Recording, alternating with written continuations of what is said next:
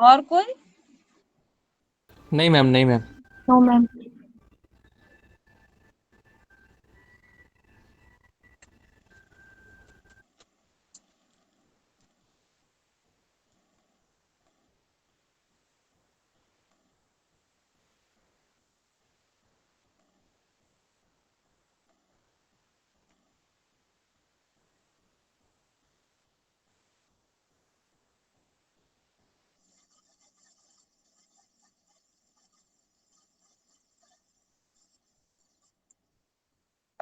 तो ये excel sheet का टाइटल ही मैंने CAPM चैप्टर 4 रखा हुआ है, that is risk and return. ठीक है, अभी कैलकुलेट करते हैं, ये भी बाद में फिर मैं अपलोड कर दूंगी। And as such it is given as solve sums, तो वो आप बाद में भी देख सकते हो। ठीक है, so first some is about your total return and return related.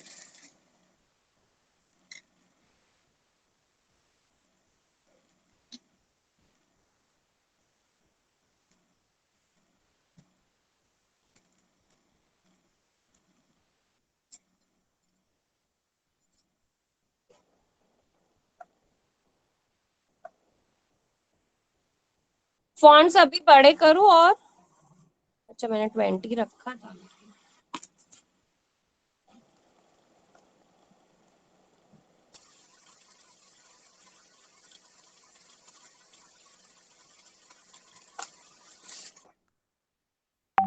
ठीक है, कि और बड़े करूं फॉन्ट्स?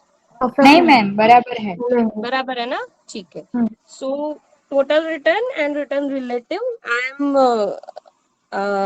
डिक्टेट करूंगी तो बहुत टाइम जाएगा, तो I am speaking and you first you listen, and whichever data is required for calculation that I am going to type over here, so you can write it from there. Okay, so don't write anything right now. I am reading the sum. Okay, following are the price and other details of 3 stocks for a particular year. Okay, 3 stock के price और बाकी के details आपको दिए हैं. You are required to calculate total return and return relative for these 3 stocks. Okay, so I am typing over here. Ma'am ये chapter में से सम्स है ना? हाँ, sums है. ओके। मैम इसके पहले 2 लेक्चर में सम नहीं हुए थे ना, ये आज ही सम चालू किए ना हमने। हाँ हाँ, थियरी थी, आप नहीं थे ना नहीं मिस, लास्ट मैं नहीं लेक्चर? थी। थियरी कवर की थी. हाँ मिस, हाँ हाँ मिस, मैं वो वीडियो देखूंगी आपने जो भेजे हैं ना उसमें। क्या वीडियो नहीं, वो पूरा रिकॉर्डिंग, तो मैं वो डाउनलोड करके देखना है मेरे को अभी तक। ठीक.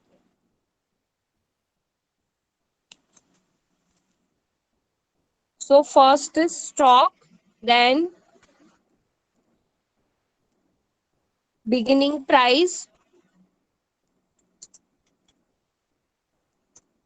then dividend paid,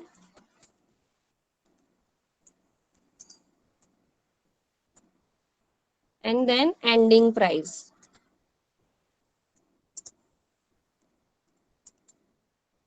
ठीक है, 3 stocks are A, B, and C. Okay, then beginning price is 30, 72, and 140.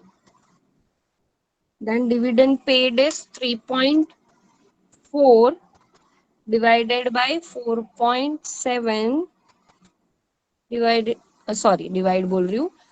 A stock का है डिविडेंड 3.4, बी स्टॉक का है 4.7 एंड सी का है 4.8.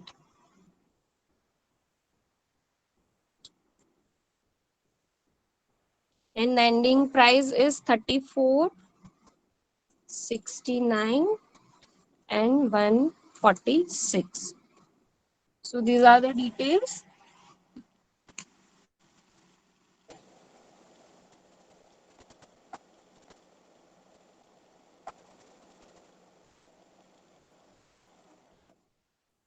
Now write down formula. Total return is equal to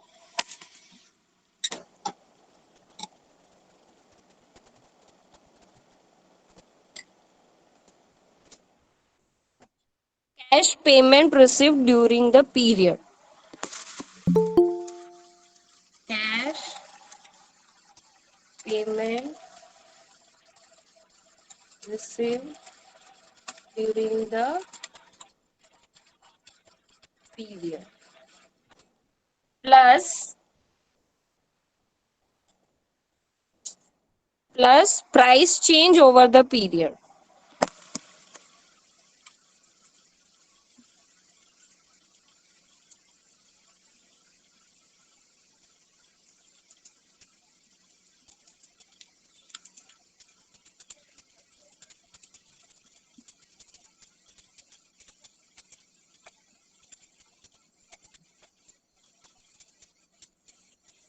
Okay.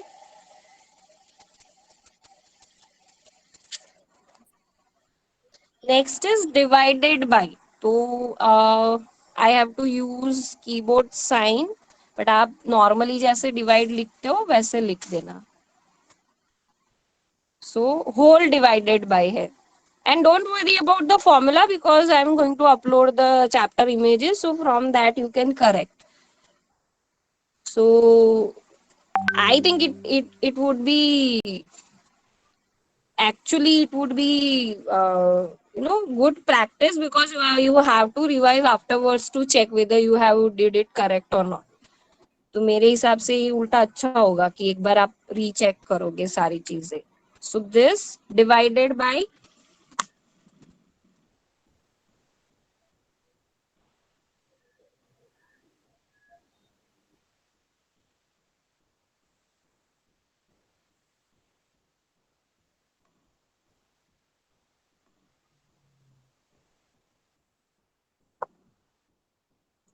price of the investment at the beginning.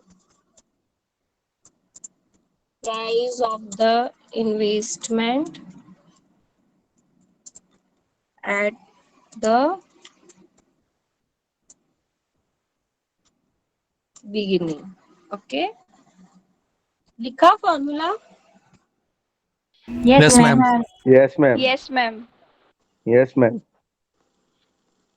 Yes, ma'am.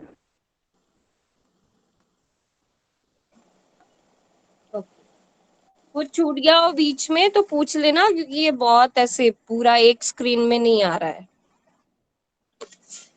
Sure, ma'am. ये सम कितने marks के होते हैं? यूजुअली तो 7 मार्क्स के ही होते हैं बट इफ जैसे रिस्क और रिटर्न में छोटे छोटे सम्स दे रहे हैं तो फिर एक सम में 2 यानी one may be of 4 marks and other may be of 3 marks. और अगर पैंडेमिक सिचुएशन ऐसा ही रहा एंड एमसीक्यू पैटर्न से लिया तो उसमें भी 1 या 2 मार्क्स के लिए छोटे छोटे एमसीक्यूज पूछ सकते हैं. Okay miss.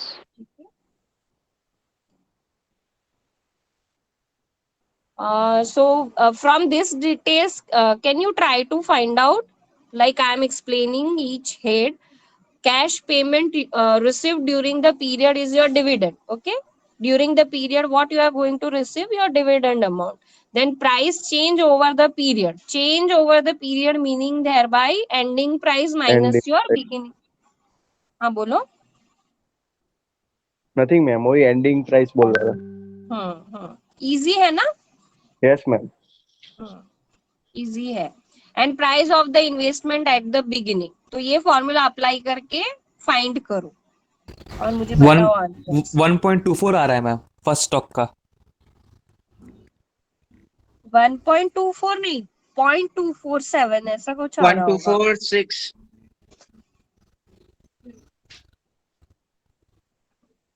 मैम 0.246. हाँ 0.246 और 0.247 आना चाहिए. और ये जो बता रहे हो दैट इज रिलेटिव रिटर्न. तो रिलेटिव रिटर्न का फॉर्मूला हो जाएगा 1 प्लस टोटल रिटर्न. मैम हमको 3.4 माइनस 4 डिवाइडेड बाय 30 करना है ना? नहीं एक मिनट रुक जाओ. 3.4 प्लस 4 डिवाइड यहाँ बाय पे मैं 30.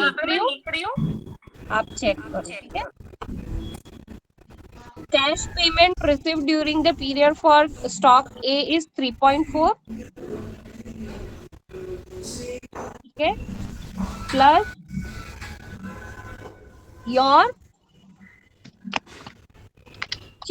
price change over the period, that is beginning price, ending price minus beginning price. So 34 minus 30, okay, and that will get divided by your beginning price, that is 30.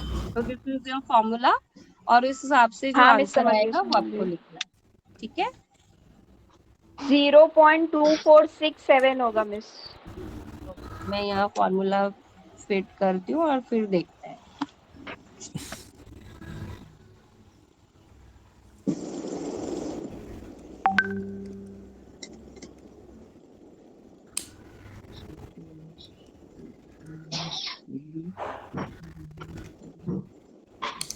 नहीं, मेरा तो कुछ और ही आया। हाँ मैम मेरा क्या भी ले यही लिया? आ रहा मेरा है। भी यही मैम आया मेरा है। हाँ मैम सेम है, ही आंसर है। हाँ,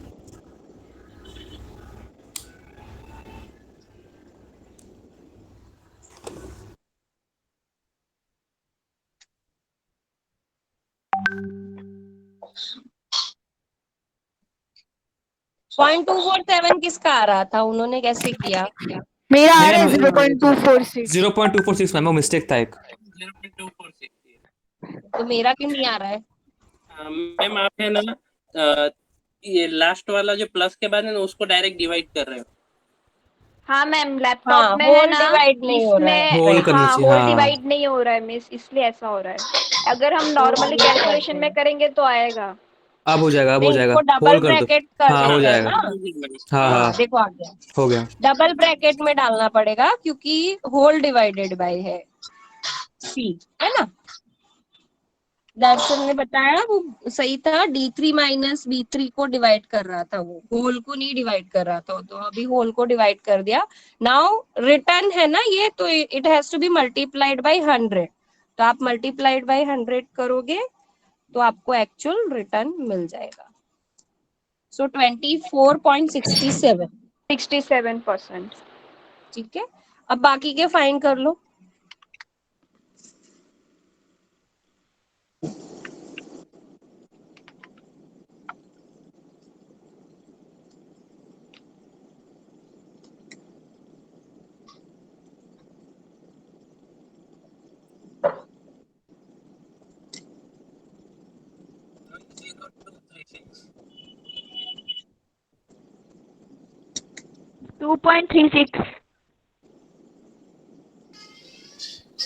हाँ करेक्ट है।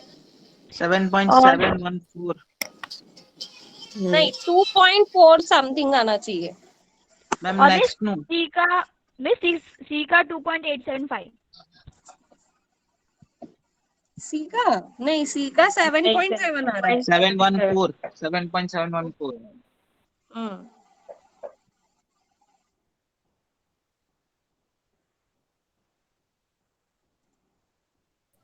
मैम सेकंड का क्या है, बी का? 2.4।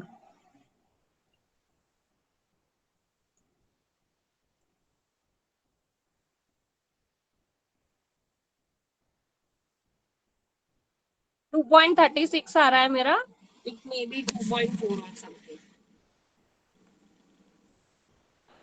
मैम मेरा 10.69 आ रहा है। हाँ मेरा भी 10.69। नहीं 2.36 सही है। करो तो आ जाएगा। आपका फॉर्मूला जो आपने इनपुट किए ना फिगर्स, वो बोलो तो हम क्या गलत है वो बता सकते हैं। वो -3 होगा, 4.7 मैम -3 होगा। मैम इसमें एंडिंग प्राइस कम है बिगनिंग प्राइस से, तो माइनस में आएगा ना आंसर। मैम 4.7 माइनस 3 बराबर 1.7 डिवाइडेड 72। वो माइनस होगा, 69 माइनस 72 माइनस होगा, बट वो फिर 4.7 में से माइनस होगा तो वो वापस पॉजिटिव हो जाएगा। किनका गलत किनका आ रहा है वो आप जो वैल्यूज फीड किए हैं वो बताओ, तो मैं गलती बताती हूँ। मैम खाली साइन का प्रॉब्लम है, बाकी आंसर तो सही सही आया। यस मैम, सेकंड में माइनस होगा। प्लस में जाएगा।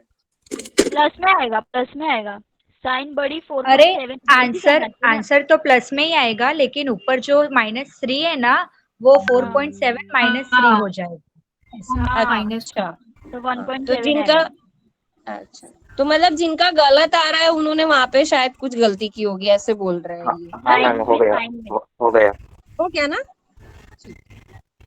किसी और का कुछ इश्यू आ रहा है, प्रॉब्लम हो रही है तो बताओ।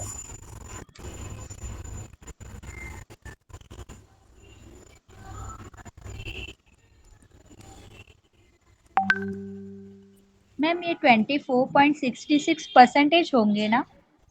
हाँ, परसेंटेज है, ओके। और वो ईयरली है, ईयर का रिटर्न है। 7.7 आ रहा है थर्ड का। हाँ, हाँ राइट। 7.7।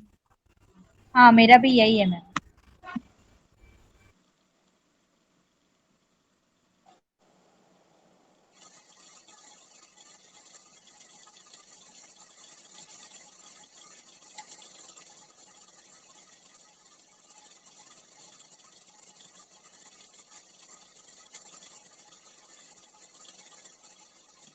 हाँ मिस 7.8 आया। 7.7 7.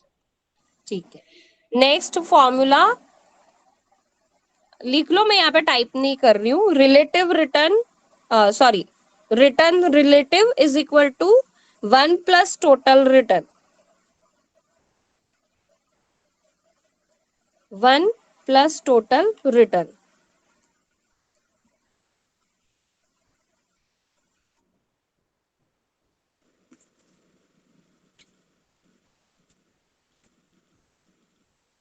मैम इसमें भी तीनों तीन स्टॉक का होगा ना? हाँ, तीनों तीन स्टॉक का।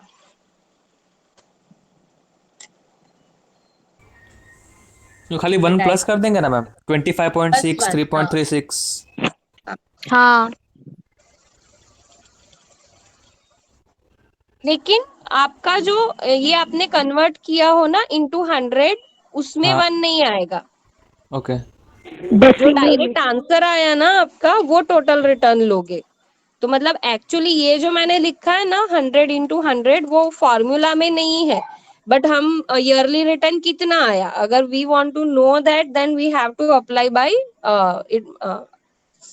Multiply by 100, we have to multiply it by 100, तभी हमें अपना टोटल रिटर्न पता चलेगा। But as a matter of formula into 100 नहीं है। So 1.247 will be your return relative. तो मैं यहाँ पे इनटू 100 निकाल रही हूँ अभी। Okay ma'am. यहाँ तो मल्टीप्लाई किया ही नहीं था। So return relative here is 1.24, then here 1.02, and here it is 1.07. Okay, so total return gives you percentage return which you have earned on your corpus, and this return relative will suggest the capital plus your return. So it is 1.24.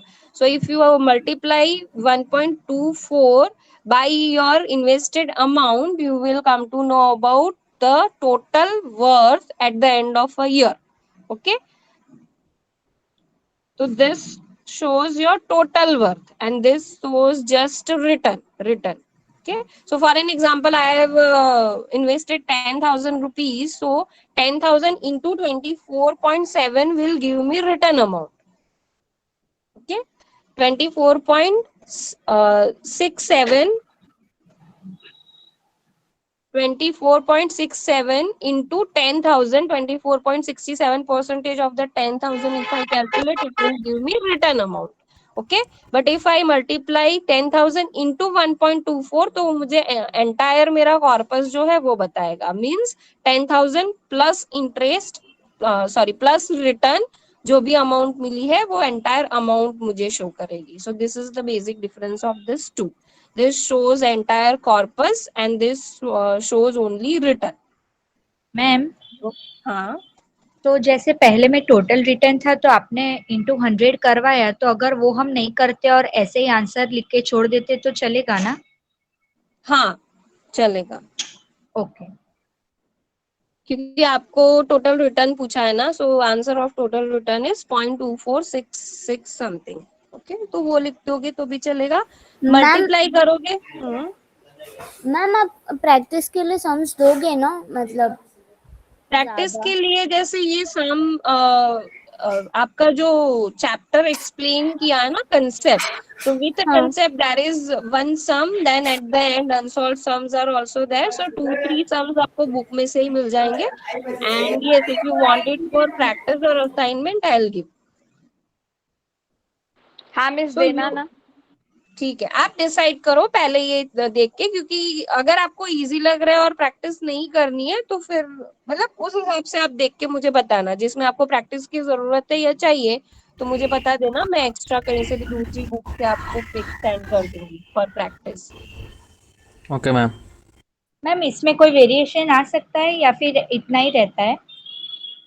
मतलब ये सब में कोई variation हो सकता है नहीं total नहीं, रिटर्न कोई जैसे नहीं, आपने नहीं बताया? नहीं, ना नहीं नहीं, ऐसे ही जैसे कैलकुलेट करो। डायरेक्ट ऐसे ही दे देते हैं ना, क्या हाँ कैलकुलेट टोटल रिटर्न करके ऐसा। हाँ हाँ। लेकिन मैम जैसे क्वेश्चन में बिगिनिंग प्राइस, डिविडेंड पेड और एंडिंग प्राइस है, तो उसके अलावा कोई कॉलम नहीं रहती है ना दूसरी? जनरली नहीं रहती है, और रहेगी तो it will be related with cash payment during the period और समथिंग। तो ये जो फर्स्ट कंपोनेंट होगा ना वही होगा। Okay ma'am. क्योंकि जैसे अगर हम राइट इश्यू की बात करें या बोनस की बात करें, so it will get reflected into price change.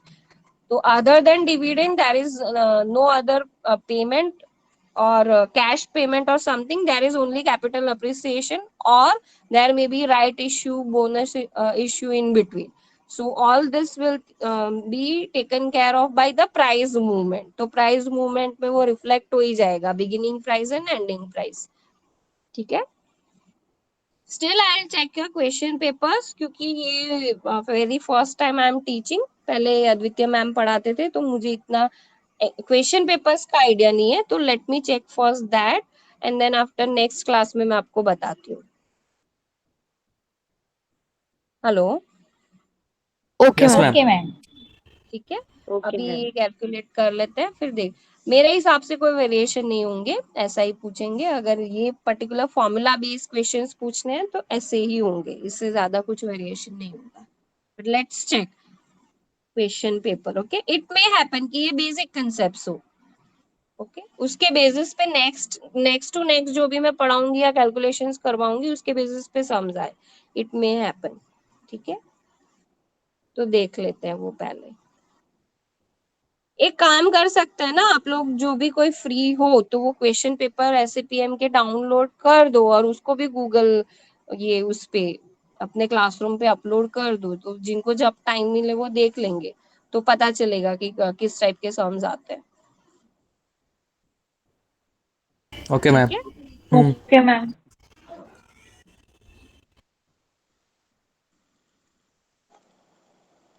Next is ये जो 3-4 कंसेप्ट्स मैंने लिखवाया ना, cumulative wealth index, arithmetic mean, geometric mean, variance and standard deviation, तो इसका कैलकुलेशन है 5 things. Okay, so first I should give you details.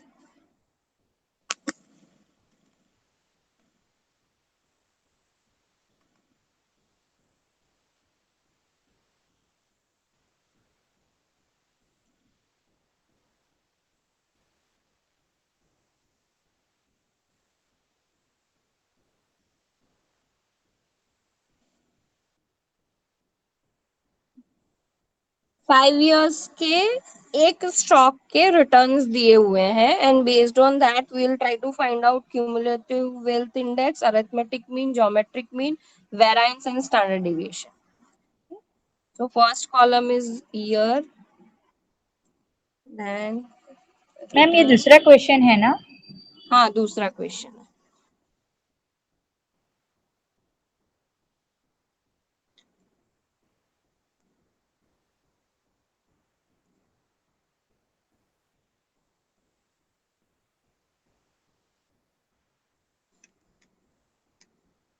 .07, then 0.03 and minus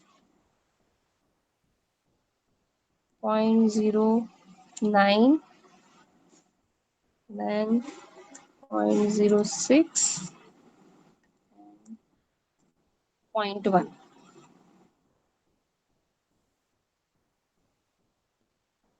ma'am ये third वाला -0.9 है. हाँ, minus 0.09.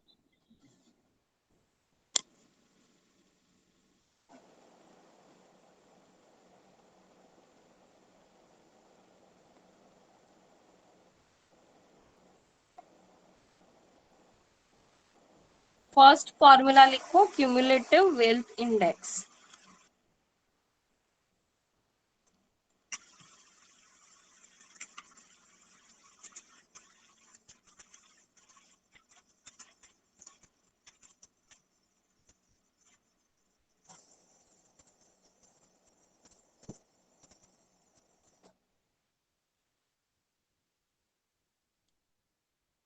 फाइव इसलिए लिखा है because it is for 5 year. CWI 5 is equal to 1. एक minute.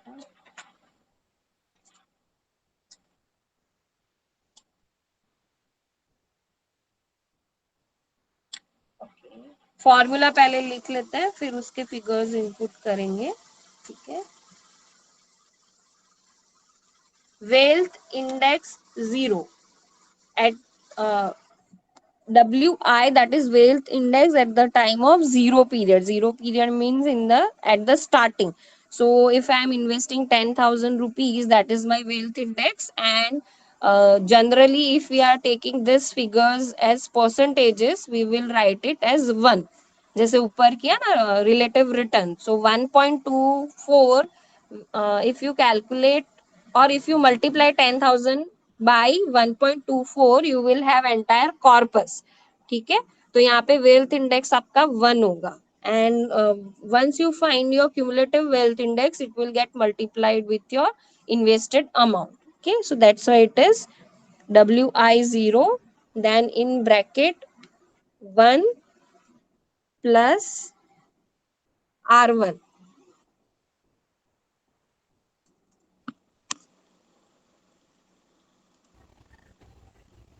Okay. R1 is first year's or first period's return.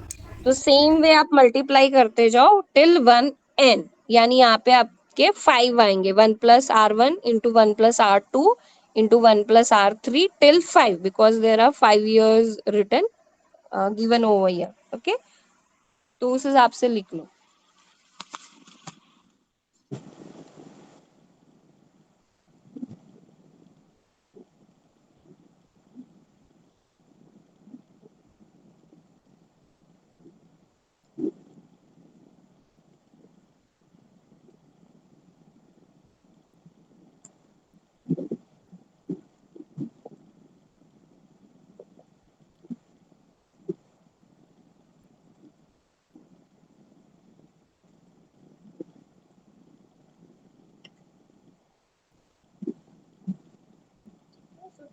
Formula ma'am बोलो.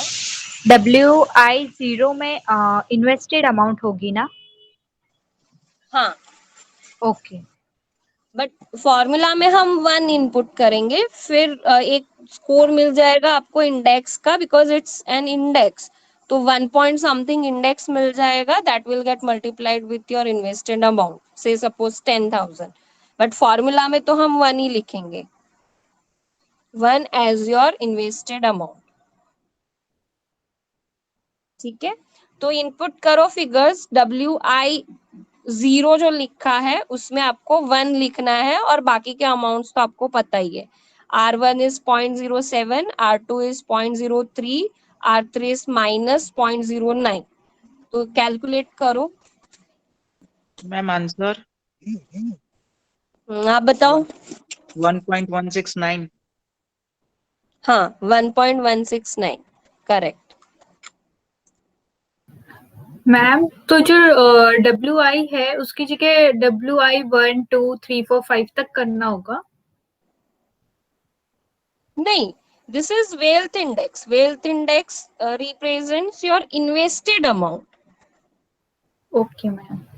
ठीक है, इन्वेस्टेड अमाउंट है। और बाकी के जो every year which return you are gaining, that we are multiplying with 1, means कि आपके 10,000 के साथ ये सारे ईयर्स के रिटर्न मल्टीप्लाई हो रहे हैं। So within 5 years how much increase is there in your 10,000 rupees being invested, वो आपको पता चल जाएगा कि 10,000 का आफ्टर 5 years कितना है मेरा क्यूमुलेटिवली, तो वो ओके पता ओके चल मैम। जाएगा। Okay I got it ma'am.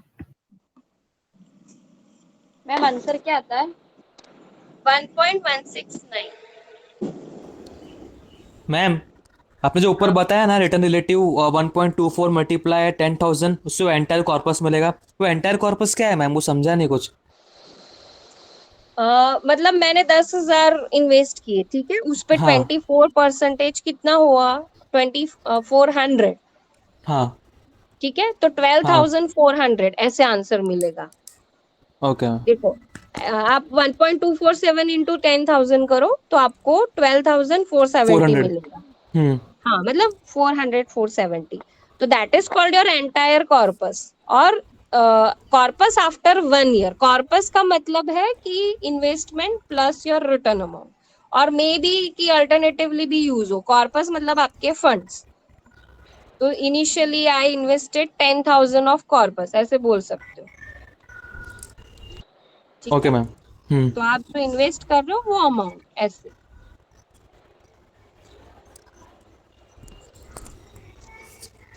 Ma'am WI 0 पे अगर क्वेश्चन में हमें इन्वेस्टेड अमाउंट दी हुई है तो वो लेनी है या फिर 1 ही लेना है ऑलवेज? 1 ही लेना है, 1 ही लेना है, फॉर्मूला में 1 ही है। बाद में आप ओके मल्टीप्लाई करोगे उससे, because it's an index, it's not any amount.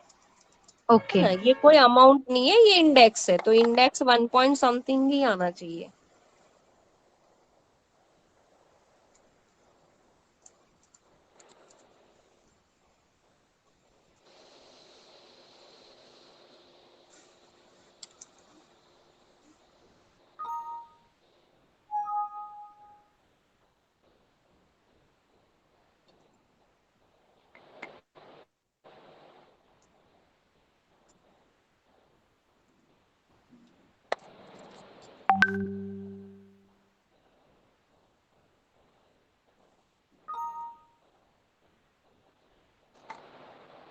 लिखना भूल गई मैं।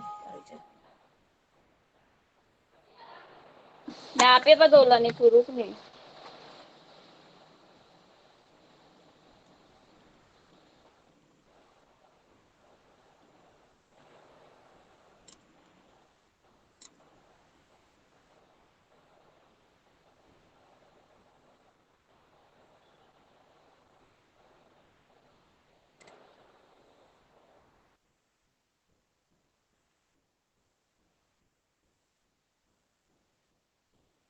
Okay, so it is 1.169। आ गया सभी का आंसर? Yes ma'am. ठीक है, yes so ma'am. This was your first. Yes, ma'am. Second, okay, second is your arithmetic mean.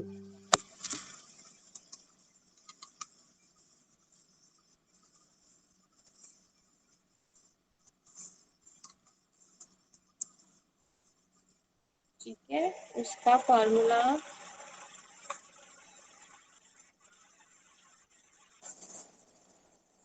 Arithmetic mean का फॉर्मूला लिखो।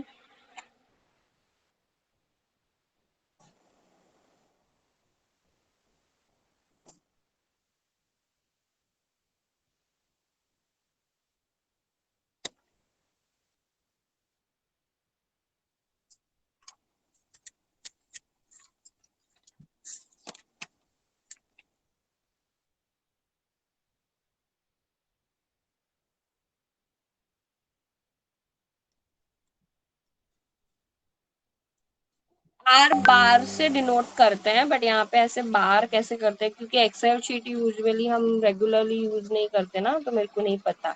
बार का मतलब पता है ना, वो on top we will have dash sign, तो आर बार से रिप्रेजेंट होता है, हाँ मिस। ठीक है, is equal to your R1। ये आप जो सिंपल मीन फाइंड करते हो ना वही करना है। तो if you want to find you can find like 5 returns को टोटल किया डिवाइडेड बाय 5, जो आपने नॉर्मल मीन सीखा था वो, दैट इज अरिथमेटिक मीन। 0.034 आ रहा है। 0.034। Correct correct. तो R1 plus R2 plus R3 plus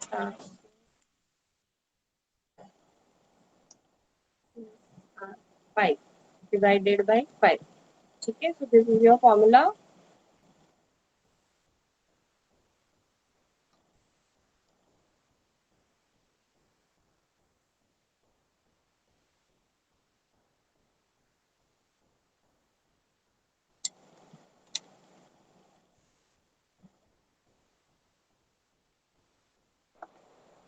answer क्या था? 0.034।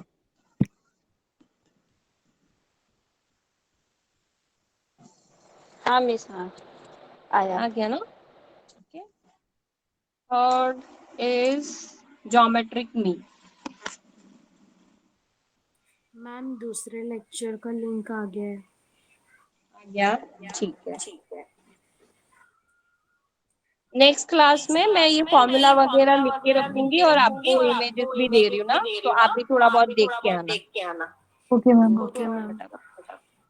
आई वांटेड टू हैव ट्रायल के एक्सेल शीट पे हम कर सकते हैं कि नहीं कैलकुलेशंस एंड ऑल, तो वो हो गया मैम। जैसे अदर समझ में ऑप्शन आ रहा है ना। हाँ, other option is I should have a board and pen at my ma'am home echo and mic off करो प्लीज। मतलब I am telling that other option could be board and pen I could have at my home and I would explain you writing over that. So whichever is better, like you should suggest that which one is ma'am board ma'am board ये pen. है ये। इसमें नहीं समझ में आएगा। Ma'am ये better है, पर आप पहले से मैम प्रिपेयर करके रखोगे ना तो टाइम अपना कंज्यूम नहीं होगा। हाँ मैम ये टाइम कंज्यूमिंग है थोड़ा इसीलिए। ठीक हाँ है, मिस, तो मैं ऐसे तो यही मिस कर आपको देती जैसे हूँ फिर। जमता है वैसे ही, क्योंकि इसमें हमको स्क्रीन वापस क्लियर विजिबल रहती है, उसमें बोर्ड में थोड़ा सा ब्लर हो जाएंगे नंबर वगैरह कैमरा के वजह से ऐसा, और नेटवर्क इशू की वजह से। तो I could do one thing कि मैं पहले से ही फॉर्मूलाज वगैरह लिख के रखूं, जो कैलकुलेशन पार्ट है वही समझाऊं, ठीक है। या मैम यस मैम। हाँ, यस और वो मैम। थोड़ी स्पीड, हाँ यस मैम। स्पीड तो करनी ही पड़ेगी अपन को, हाँ ठीक है। मिस, जैसे तो आपको वो नेक्स्ट कंफर्टेबल टाइम, लगे वैसे, इसमें भी हमको समझ में आ रहा है। तो नेक्स्ट टाइम मैं वो पहले से थोड़ा बहुत वर्क करके ही रखूंगी, पहले से जो भी टाइप करना है एंड ऑल, ठीक है। Okay ma'am. Okay ma'am. ठीक है thank you miss, ma'am. Thank you ma'am. Thank you ma'am. Welcome thank you ma'am. Welcome, bye. Bye ma'am.